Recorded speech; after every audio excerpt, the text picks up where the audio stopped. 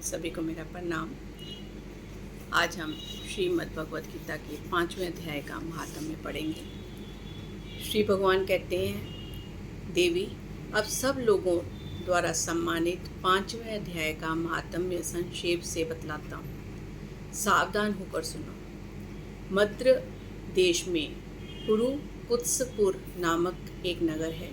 उसमें पिंगल नामक एक ब्राह्मण रहता था। वह वेद पाठी ब्राह्मणों के विख्यात वंश में, जो सर्वथा निष्कलंक था, उत्पन्न हुआ था, किंतु अपने कुल के लिए उचित वेद शास्त्रों के स्वाध्याय को छोड़कर ढोल आदि बजाते हुए उसने नाच गान में मन लगाया। गीत, नृत्य, बाजा बजाने की कला में परिश्रम करके पिंगल ने बड़ी प्रसिद्धि प्राप्त कर ली और उसी से उसका राजभवन में भी प्रवेश हो गया। अब वह राजा के साथ रहने लगा और पराई स्त्रियों को बुला बुलाकर उनका उपभोग करने लगा। स्त्रियों के सिवा और कहीं उसका मन नहीं लगता था। धीरे धीरे अभिमान बढ़ जाने से उच्छृंखलित होकर वह एकांत में राजा से दूसरों के दोष बतलाने लगा।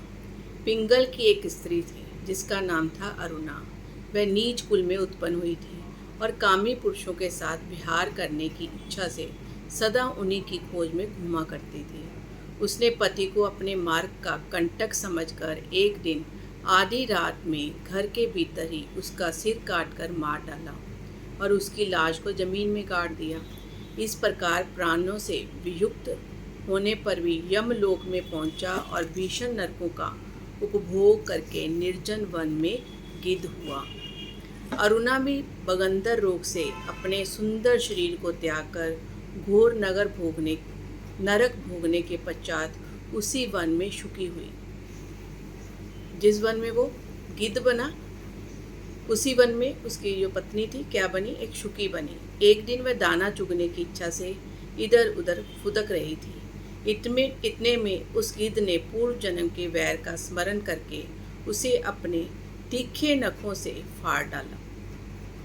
शुकी घायल होकर पानी से भरी हुई मनुष्य की खोपड़ी में गिरी और गिद्ध पुनः उसकी ओर झपटा। इतने में ही जाल फैलाने वाले बहेलियों ने उसके बाणों का निशाना बनाया और उसकी पूर्व जन्म की पत्नी शुकी उस खोपड़ी के जल में डूबकर प्राण त्याग चुकी थी। फिर वह क्रूर पक्षी भी उसी में गिरकर डूब गया। तब यमराज के दूत उन दोनों को यमराज के लोक में ले गए। वहाँ अपने पूर्वकृत पाप कर्म को याद करके दोनों ही भयभीत हो रहे थे। तदंतर यमराज ने जब उनके घृणित कर्मों पर दृष्टिपात किया, तब उन्हें मालूम हुआ कि मृत्यु के समय अकस्मात खोपड़ी के जल में स्नान करने से इन दोनों के पाप नष्ट हो चुके हैं। तब उन्होंने उन दोनों को मनवांछित लोक में जाने की आज्ञा दी। ये सुनकर अपने पाप को याद करते हुए वे दोनों बड़े विस्मय में पड़े हुए पास जाकर धर्मराज के चरणों में प्रणाम करके पूछने लगे, भगवान, हम दोनों ने पूर्व जन्म में अत्यंत घृणित पाप का संचय किया है, फिर हमें मनोवांछित लोकों में भेजने का कारण क्या है, बताइए। तो यमराज ने कहा, गंगा के किनारे वट नामक एक उत्तम ब्रह्म ज्ञानी रहते थे। वे एकांत से भी ममता रहित, शांत, विरक्त और किसी से भी द्वेष न रखने वाले थे। प्रतिदिन गीता के 5वें अध्याय का जप करना उसका सदा का नियम था। 5वें अध्याय को श्रवण कर लेने पर महापापी पुरुष भी सनातन ब्रह्म का ज्ञान प्राप्त कर लेता है। उसी पुण्य के प्रभाव से शुद्ध चित्त होकर उन्होंने अपने शरीर का परित्याग किया था। गीता के पाठ से जिनका शरीर निर्मल हो गया था, जो आत्मज्ञान प्राप्त कर चुके थे, उन्हीं महात्मा की खोपड़ी का जल पाकर तुम दोनों पवित्र हो गए हो। अतः अब तुम दोनों मनवांछित लोगों को जाओ, क्योंकि गीता के 5वें अध्याय में महात्म्य से तुम दोनों शुद्ध हो गए हो। तो श्री भगवान कहते हैं, सबके प्रति समान भाव रखने वाले धर्मराज के द्वारा इस प्रकार समझाए जाने पर वे दोनों बहुत प्रसन्न हुए और विमान पर बैठकर वैकुंठ धाम को चले गए। यही है आज 5वें अध्याय का महात्म्य, जिसमें हमें यही बताया है कि हमें जब ज्ञान होता है कि हम कितना कुकर्म कर चुके हैं। तो वो कुकर्मों को जब हम स्मरण करते हैं तो दोबारा उस कुकर्म को करने की इच्छा नहीं रखते।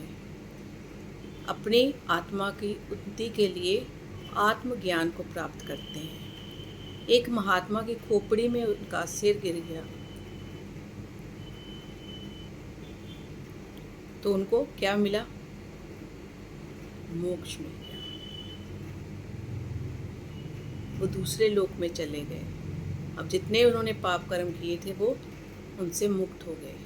इसका मतलब क्या है? जब हमें ज्ञान मिलता है, ज्ञान का भंडार जो है, जिनके पास ज्ञान है, उनसे ज्ञान प्राप्त करके हम अपने ऊपर अगर लागू करते हैं उस ज्ञान को, तो धीरे धीरे हमारा उत्थान होना शुरू होता है फ्रेंड्स। हम अज्ञानता से ज्ञान की तरफ बढ़ते हैं। तो यही है 5वें अध्याय का महात्म्य। नमस्कार, thank you friends, love you all friends, bye.